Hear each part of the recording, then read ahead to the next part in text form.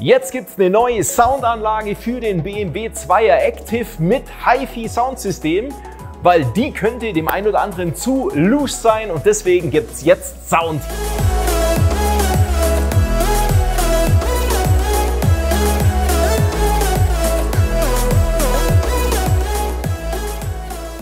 Wir bieten euch zwei Varianten an, die ihr selber ergänzen könnt. Und zum ersten wäre das die V1-Variante. Das besteht nur aus dieser DSP-Endstufe mit richtig Dampf, so dass wir das vorhandene Soundsystem aufpimpen können. Und das zweite wäre quasi alles zusammen. Wir tauschen die Subwoofer unter dem Sitz aus und zwar zweimal, einmal rechts, einmal links. Wir haben den Austausch der vorderen Lautsprecher samt neuem Hochtöner, da erkläre ich euch gleich noch mehr dazu. Und wir tauschen natürlich auch die hinteren Lautsprecher aus, hinten in den Türen rechts und links. Und der Center Speaker, der schaut genauso aus, der mitten auf dem Armaturenbrett. Und jetzt erkläre ich euch noch ein bisschen mehr dazu. Fangen wir mit dem schnellsten Upgrade an. Das ist einfach nur die Endstufe zu tauschen, weil jeder, der ein HiFi Soundsystem hat, hat jetzt genau hier hinten drinne die originale BMW Endstufe. Und die können wir sogar mit unserem Kabelkit per Plug-and-Play austauschen. Wir zeigen euch natürlich gleich, wie man an die Endstufe rankommt und wie das alles funktioniert. Ich möchte euch jetzt ein bisschen was zu der Endstufe selber erzählen, weil das ist eine echt extrem geile Endstufe, modernste Technik, die im Verhältnis zum Eingangsstrom viel Ausgangsstrom bringt, also Leistung. Und wir mit wenig Strom überhaupt zurechtkommen. Ja. Einfachere Endstufen brauchen dicke Stromkabel, eine dickere Stromversorgung. Da muss man dann auf die Batterie mit anklemmen. Also unglaublich viel mehr Arbeit.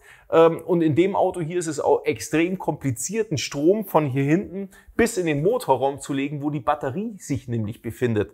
Deswegen mega geil die Up8 BMW mit dem Plug-and-Play-Kabelbaum, der sich einfach anstecken lässt und ihr könnt es auch einfach mal ausprobieren mit ganz wenigen Mitteln, ob euch der Sound so taugt oder ob ihr sagt, nein, ich habe mir da mehr erwartet, ich schick's lieber zurück.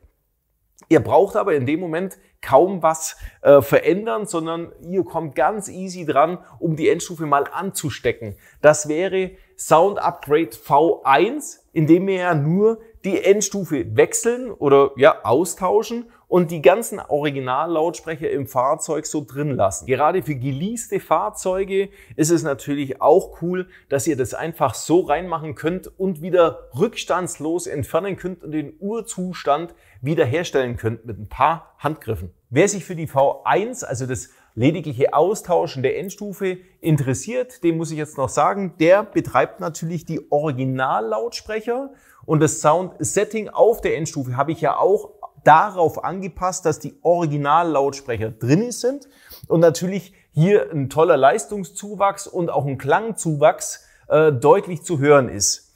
Aber es ist auch so, dass ihr die Endstufe nicht ganz aufdrehen könnt. Also ihr könnt nicht einfach nur Rechtsanschlag, vielleicht bei manchen Liedern ja, aber bei einigen Liedern vielleicht auch nicht, weil dann hört man, dass die Originallautsprecher die Leistung gar nicht abkönnen, also was jetzt auf einmal anliegt. Das heißt, wir haben zwar einen tollen Soundzuwachs, aber mit einem kleinen Handicap nach oben raus, dass es ein bisschen schrill klingt, wenn die Lautsprecher auf Übermaximum laufen, weil das geht nämlich bei den Lautsprechern auch ganz schnell. Wir haben hier in den Türen nur ganz einfache Lautsprecher, die kaum Leistung vertragen, die auch hier in diesem Fahrzeug keinen Hochtöner haben, sondern ein reiner Breitbandlautsprecher, der natürlich den Mittelton und den Hochton gleichzeitig macht.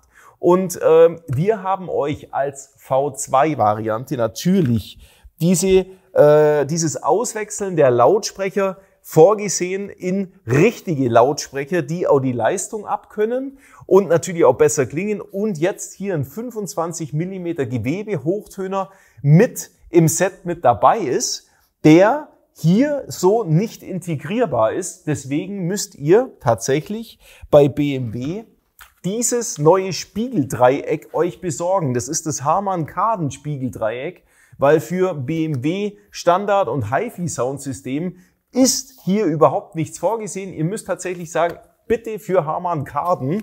Dann habt ihr die Vorbereitung für den Hochtöner drinne und die passende Bestellnummer tun wir euch zum Artikel von uns, was es bei uns im Webshop gibt, oder auch hier im Videobeschreibungstext direkt unten mit reinschreiben, damit ihr wisst, wie einfach ihr das Ding bestellen könnt. Solche Teile kosten rund das Stück 50 €, also ihr müsst 100 € allein dafür rechnen, natürlich euer Fahrzeug erstmal auf den Hochtöner umzurüsten. Für die Sparfüchse unter euch könnten jetzt welche dabei sein, die sagen, ja, weißt was? Das Austauschen von diesen Spiegeln, Dreiecken, das ist ja schon allein 100 € nur für das Kunststoff. Es sind nochmal 50 € Unterschied, ob ich jetzt einen Coax-Lautsprecher oder ein Komponenten-Lautsprechersystem für vorne installiere. Da spare ich mir 150 € und habe vielleicht nicht den besten Hochtöner. Da muss ich jetzt sagen, wir machen ja das komplette Set V2 auch preisreduziert. Das ist also günstiger, als wenn man alle Einzelteile einzeln kauft. Und insofern beißt die Maus keinen Faden ab. Es kommt zum Schluss auf den gleichen Preis drauf raus, aber ihr habt natürlich auch eine geilere Performance, wenn man hier einen 25 mm Gewebe-Hochtöner drin hat. Das macht sich klanglich wirklich mega bemerkbar. Die Einfachkeit der Originallautsprecher zieht sich natürlich über alle Lautsprecher. Das heißt, auch hier oben drin der Center-Lautsprecher, den tauschen wir aus. In dem Fall mit einem Koaxiallautsprecher für einen wesentlich besseren Hochton, auch im Center-Bereich. Und ihr seht natürlich wirklich deutlich den Unterschied zwischen dem Antrieb, zwischen den Option-Lautsprechern und den Original-Lautsprechern. Bei den hinteren Lautsprechern ist es genauso, die werden hier ausgewechselt. Das sind nur Breitbandlautsprecher von Werk ab drin, wie im ganzen Fahrzeug. Und wir machen hier unsere Koaxial-Lautsprecher rein mit einem dickeren Antrieb. Und dann haben wir die hinteren Lautsprecher auch gewechselt. Kommen wir zu dem Teil, der für die meisten von euch wahrscheinlich echt am wichtigsten ist. Es ist der Bass. Und dieses Fahrzeug haben wie viele andere BMWs auch diese 20 cm Subwoofer unterm Sitz und Beifahrersitz. Und die tauschen wir ebenfalls aus. Die Lautsprecher von Option, die BM200, machen tatsächlich echt einen besseren Bass, mehr Druck, mehr Dynamik. Und die tauschen wir natürlich genauso aus. In unserem gesamten Soundsystem Upgrade V2 haben wir natürlich alles drinne, was ihr zur Installation braucht. Bei den Lautsprechern selber liegen die entsprechenden Adapterrahmen und Dichtung, Schaumstoffe und Stecker, alles komplett mit dabei. Und natürlich, um es euch einfach zu machen, haben wir natürlich auch das ganze benötigte Einbauwerkzeug wie Torx-Schraubendreher, Remover-Tool, um die Türen ordentlich wegzumachen, Textilklebeband und auch ein Torx-Schraubendreher, um die Sitze zu demontieren. Liegt alles in V2 mit dabei. Kommen wir zur Endstufeninstallation und für alle, die jetzt erstmal ausprobieren möchten, ob der Olli jetzt einen Haufen Mist labert oder nicht, ihr könnt die Endstufe natürlich jetzt einfach mal so nehmen und direkt an die Endstufe anstecken. Und dazu können wir diesen Kunststoffeinsatz mal rausnehmen. Den kann man von Hand hier rausklippen.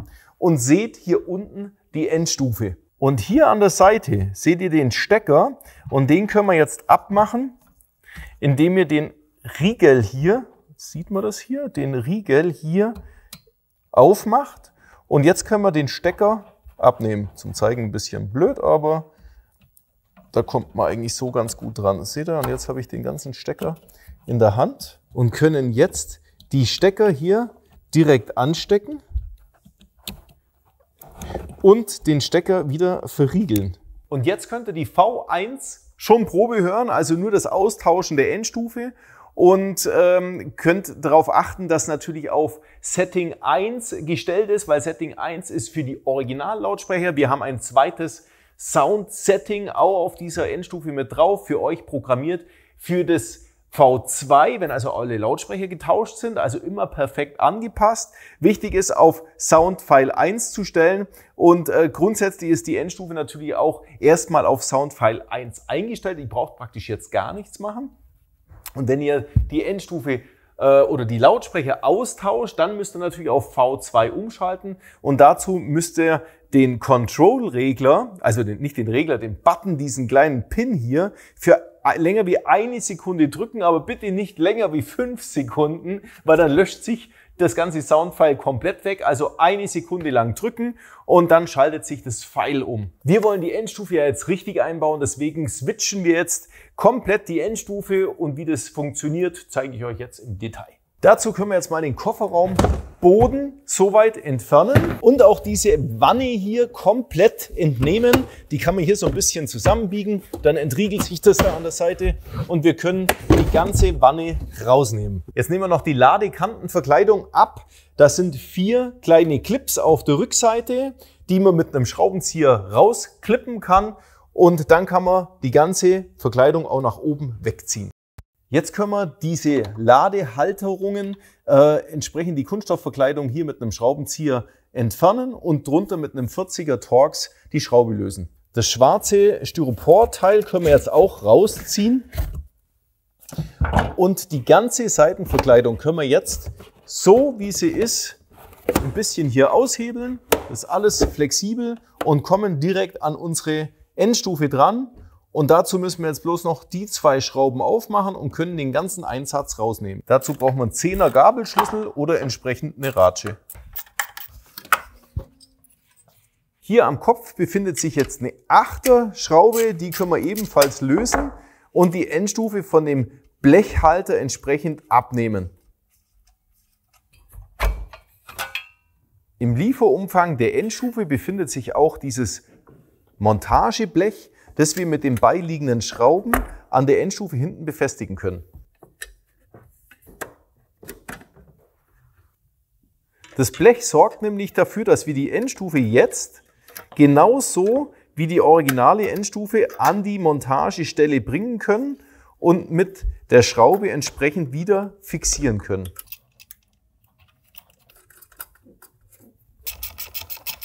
Im Lieferumfang der Endstufe liegt ebenfalls ein USB-Programmierkabel mit dabei. Und das schließen wir auch gleich mit an, weil dann haben wir jederzeit Zugriff auf die Endstufe und müssen nicht wieder alles auseinanderbauen, nur um so ein Kabel anzustecken. Lasst es direkt so, dass man das Kabel später wieder rausziehen kann und eventuell mit dem Laptop auf die Endstufe gehen kann. Anstecken und die Endstufe wieder genau da positionieren, wo sie vorher war. Zurückbauen tun wir es natürlich genauso, wie wir es auseinandergebaut haben und schauen, dass alles wieder passend in der Führung drin ist. Und achtet bitte darauf, dass die Gummidichtungen hier nachher schön über der Verkleidung wieder drüber sind. Unsere beiden Subwoofer müssen wir natürlich unter beide Sitze installieren. Dazu müssen wir den Sitz einmal ganz nach hinten fahren, können mit dem 50er Torx vorne die 2 Schrauben lösen. Dann fahren wir den Sitz ganz nach vorne, lösen die hinteren 2 Schrauben und können jetzt den Sitz so nach hinten klappen, dass man direkt vorne dran kommt, um das erste Abdeckgitter abzuschrauben. Das sind 20er Torx. Die 4 Stück lösen wir, können wir den Deckel auf die Seite legen.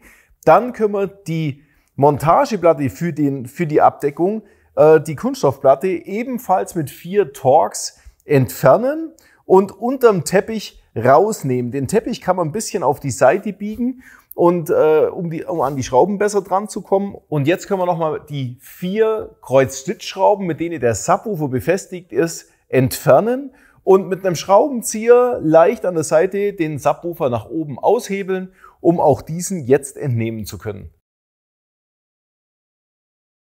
Damit der Stecker hier wieder problemlos reinpasst, müssen wir tatsächlich diesen Steg hier rausnehmen. Der ist nur zur Führung gedacht, der ist auch ganz leicht zu entfernen. Jetzt lässt der Stecker sich auch problemlos wieder hier einstecken. Und jetzt können wir den Subwoofer genauso easy wieder einbauen, wie wir ihn ausgebaut haben, nur alles rückwärts.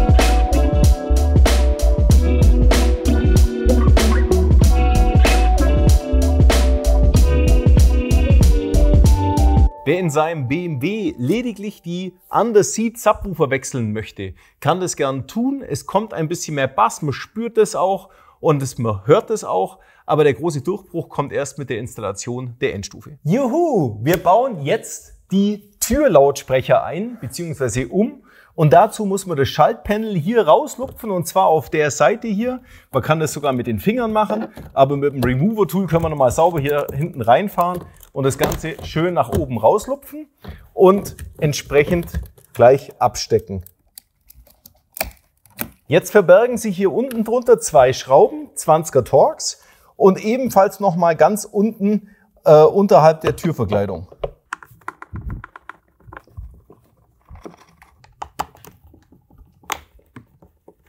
Mit diesem Remover-Tool können wir jetzt hier hinten zwischen Türe und Türverkleidung in den Spalt reinfahren und vorsichtig nach vorne raushebeln. Ja, und dann kommen die Clips auch schon. So, erstmal unten alles weg, alle Clips weg.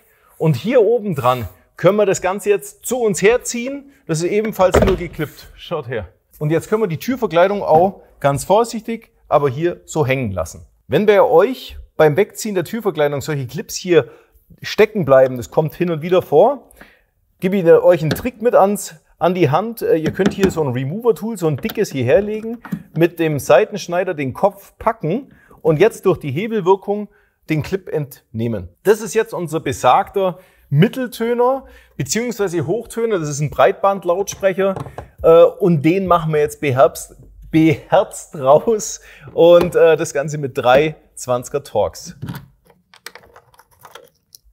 Abstecken und fertig. Die Spiegeldreieckverkleidung, die nehmen wir jetzt auch weg. Die ist nur angeklippt mit 2 Clips und die tauschen wir jetzt aus. Jetzt bauen wir den neuen Mitteltöner hier ein und den Hochtöner in die neue Verkleidung. Wie das funktioniert, das zeige ich euch direkt an der Werkbank. Die neue Hochtonverkleidung hat hinten drin auch so ein kleines Dämmstückchen. Unseren 25 mm Option Hochtöner, den können wir jetzt hier direkt einklippen lassen. Achtet hier auf die Führung, dass das genau passt. Da ist so ein kleiner Steg drin und dann ist der auch schon drin. Und jetzt können wir das kleine schwarze Dämmteilchen hier reinmachen und unsere Frequenzweiche hier mit einlegen und das Kabel unten raushängen lassen. Und dann können wir das Ganze am Fahrzeug wieder festmachen. Im Lieferumfang von unseren Lautsprechern von Option liegen mehrere verschiedene Einbauringe dabei. Ihr seht auch gleich, ihr braucht jetzt diesen Kunststoffeinbaurahmen, dass der Lautsprecher nachher hier drinnen verschraubt wird. Und dazu liegen jetzt noch verschiedene Dichtringe bei. Ihr nehmt bitte diesen Dichtring, der direkt um den Lautsprecher hier passt und klebt den erstmal von hinten über den Montagerahmen drüber.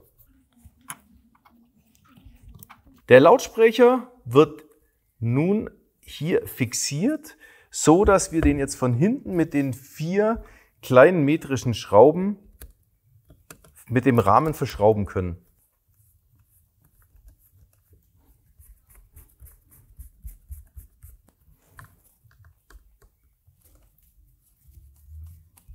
Der hohe Schaumstoffring, den kleben wir jetzt von vorne rings um den Lautsprecher drumherum.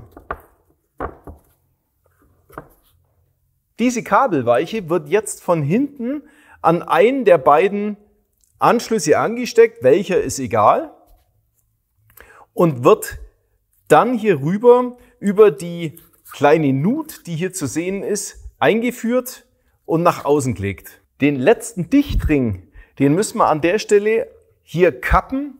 Das ist auch vorgestanzt, damit das Kabel, in unserem Fall wird da eben das Kabel durchgelegt, problemlos durchkommt. Und jetzt zwicken wir diese kleine Durchführung raus, damit es entsprechend Platz hat.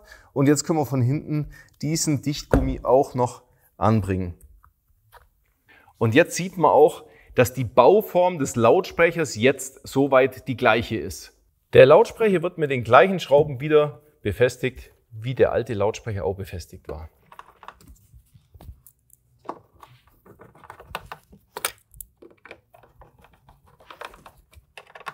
Zu guter Letzt können wir unsere Stecker genauso wieder zusammenstecken, wie sie hier anzufinden sind. Ihr könnt hier nichts falsch zusammenstecken. Einfach den Hochtöner mit auf die Weiche dran klemmen und das ist ja die eigentliche Soundzuführung zu unseren beiden neuen Lautsprechern. Und jetzt können wir das ganze Kabel nochmal an das vorhandene Kabel mit dem beiliegenden Isolierband befestigen und dann schaut das richtig top aus.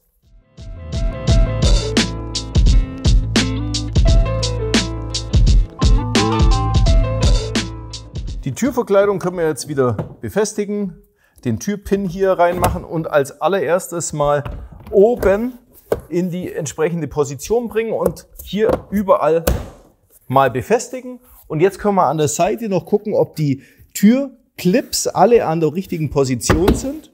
Und dann gehen die auch schon fast von ganz alleine rein. 4 Schrauben wieder montieren und die Türverkleidung ist wieder dran. Kommen wir zum Center Speaker. Der verbirgt sich unter dem Abdeckgitter und dafür gibt es natürlich wieder unser Remover Tool, wie ihr schon kennt. Und damit können wir problemlos hier unten reinfahren und dann auch das ganze Gitter entklippen. 3 20er Torx wieder mal lösen und Lautsprecher abstecken. Damit unser Center Speaker jetzt so ausschaut, wie jetzt unser Center Speaker ausschaut, brauchen wir ein anderes Umbauwerkzeug für unsere Lautsprecher. Es liegt ja aber alles dabei. Das ist unser Lautsprecher-Montagerahmen. Da wird jetzt gleich unser Lautsprecher eingeschraubt. Vorher machen wir wieder unseren Dichtring hier drauf, damit es auch alles Hand und Fuß hat.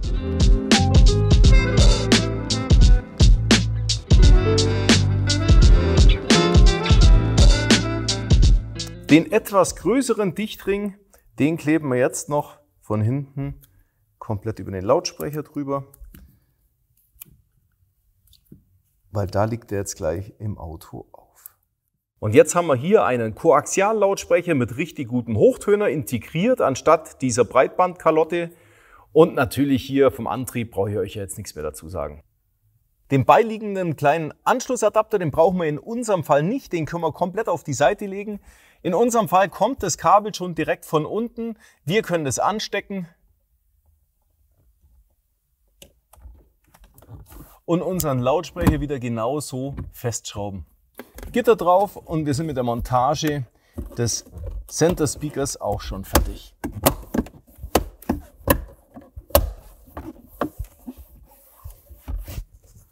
Da die hinteren Türverkleidungen exakt genauso weggemacht werden wie die vorderen, zeigen wir euch das jetzt nicht mehr extra, weil das ist noch einfacher, weil ihr müsst ja noch nicht mal mehr den Hochtöner installieren, sondern nur den Koaxiallautsprecher hier reinmachen. Kommen wir gerade noch mal auf die Endstufe zurück. Das ist eine DSP 8-Kanal Endstufe, wo wir 7 Kanäle davon nutzen. Das heißt 2 Subwoofer, 2 Frontsystem, 2 Hecksystem und nochmal einen Kanal für den Center Speaker. Und die Endstufe ist so super schlau, da ist nämlich ein kleiner PC integriert, wo ich bereits für euch ein passendes Sound-Setup vorbereitet habe auf die Lautsprecher vom Fahrzeug. Das heißt ein super Equalizing, damit das alles schön smooth klingt und die Hochtöne nicht zu laut, nicht zu leise sind. Ich habe die Laufzeitkorrektur drinne und wir haben natürlich die Frequenzweichen richtig angepasst. Und das haben wir auf Setup 1 für die Installation des V1-Systems, also auf die Original-Speaker. Und wenn ihr die Option-Speaker komplett austauscht, also euch für V2 entscheidet, müssen wir das Setup dann entsprechend wechseln, weil das ist natürlich geringfügig auch anders als mit den Original-Lautsprechern, damit es eben optimal für jedes einzelne Setup eingestellt ist. Und das ändert ihr, indem ihr auf den Control-Button 1 Sekunde klickt. Und dann macht es zum Beispiel 2-mal grüne Blink-LED, heißt es ist Setting 2, mache ich das Ganze nochmal, kommt nur ein Blinker, das heißt er hat wieder auf Setup 1 zurückgeschaltet und so kann man dann praktisch immer wieder wechseln. Bitte drückt den Button maximal so eine Sekunde, dann schaltet das Setup um. Wenn ihr den Button länger wie 5 Sekunden klickt am Stück, dann löscht sich das ganze Gerät. Das wollt ihr sicherlich nicht, also wirklich nur eine kurze Sekunde, also auf 21 zählen und dann loslassen und nicht auf 25. Kommen wir zum Soundcheck und dazu hört ihr jetzt einfach mit mir mal rein und ich drehe ein bisschen auf. Also so Stückchen für Stückchen mache ich lauter. Das geht echt geil. Pick it up, pick it up, pick it up, pick it up. You see the drippy, I'm fitted up. Hop in my car and I get it up. Secure the bag, I get the bus. Pick it up, pick it up, pick it up. Noch You see the lauter. drippy, I'm fitted up. Hop in my car and I get it up. Secure the bag, I get the bus. Pick it up, pick it up, pick it up. I've been on a flex since So, flex jetzt haben wir on. maximale All in your Lautstärke. eardrums. I ain't never scared like Das Bone ist Crush. Party. Boy, I don't fear none. Habt ihr mich verstanden? Das ist Party. Das ist wirklich also eine Endlautstärke. Trotzdem alles extrem verzerrungsfrei, klar und sauber, aber so eine hohe Lautstärke, dass ihr euch mit eurem Nachbarn hier nicht mehr unterhalten könnt. Also mit eurem Fahrnachbarn, nicht den Nachbarn daheim. Dafür langt es wahrscheinlich eh schon dicke aus. So, also das war jetzt der Kurzabriss, was Pegel betrifft. Bass, ich weiß nicht, ob man das auf dem Handy oder wo auch immer ihr eure Videos anschaut, ob man das so wahrnimmt. Der Bass ist jetzt brutal da, der zuckt richtig. Vorher der Bass, der originale Bass, der war irgendwie da, aber wenn man mal genau hinhört, so richtig, den hat man gar nicht fühlen können. Der war akustisch noch irgendwie da, aber hier im Bauchgegend war da nix. Und da schwöre ich euch, da ist jetzt was, und zwar jede Menge. I'ma wake up through Dennis. Join number 7, he's boredom. Also, wir haben auch das Soundsystem so eingestellt, dass der Beifahrer wie der Fahrer ein sehr gutes Klanggeschehen hat auf dem Armaturenbrett. Das heißt, ein sehr symmetrisches Fahren, und für mich als Fahrer ist jetzt die Stimme von dem Sänger schön hier auf dem Armaturenbrett, und zwar auch relativ nah an mir dran, nicht ewig weit weg, weil wir auch die hinteren Lautsprecher so mit drauf konfiguriert haben, dass es ein sehr gutes Raumgefühl gibt und ich so das Gefühl habe, ich bin mittendrin. Also ich kann euch das schwer erklären. Ich hoffe, so wie ich reagiere, ich bin echt total begeistert von der ganzen Sache hier. Nehmt ihr mir das ab, ansonsten probiert ihr das halt bitte aus. Wenn das nicht so ist, wie ich euch das sage, dann dürft ihr natürlich immer die Sachen auch zurückschicken, wenn euch das nicht gefällt. Sowieso. Und ich würde mich aber tierisch freuen, wenn ihr das ausprobiert und das nachmacht und auf die Videokommentare vielleicht auch was draufschreibt, wie eure Erfahrung mit dem Soundsystem war, speziell jetzt beim F45. Und wenn es da noch weitere Videos gibt, dann wäre es ja cool, wenn ihr unseren Kanal abonniert und die Glocke betätigt, damit ihr kein weiteres Video mehr verpasst. Ansonsten danke fürs Zuschauen und bis zum nächsten Mal. Euer Olli. Leute, ich möchte euch noch auf was hinweisen. Nicht, dass ihr danach sagt, Moment, da ist jetzt so ein Rauschen drauf, das war vorher nicht. Selbst im Originalzustand, also da habt ihr noch gar nichts gemacht, hört bitte mal vorher genau an euren Lautsprecher hin. Der rauscht jetzt schon, und zwar gar nicht mal so unbeachtlich. Und jetzt kommt natürlich dazu, dass wir einen Hochtöner separat haben, und Rauschen ist ja Hochton. Also das heißt, es rauscht, aber nicht mehr wie vorher. Wir können das auch nicht verändern. Das ist BMW, da können wir nichts tun. Das kommt wahrscheinlich so aus dem Radio schon raus. Aber lasst euch nicht stören. Das ist jetzt wirklich, wenn ihr normal im Auto drin sitzt, nichts zu vernehmen. Aber wer jetzt sein Ohr da so hinhebt und sagt, nee, Moment mal, da rauscht jetzt was, das war vorher schon.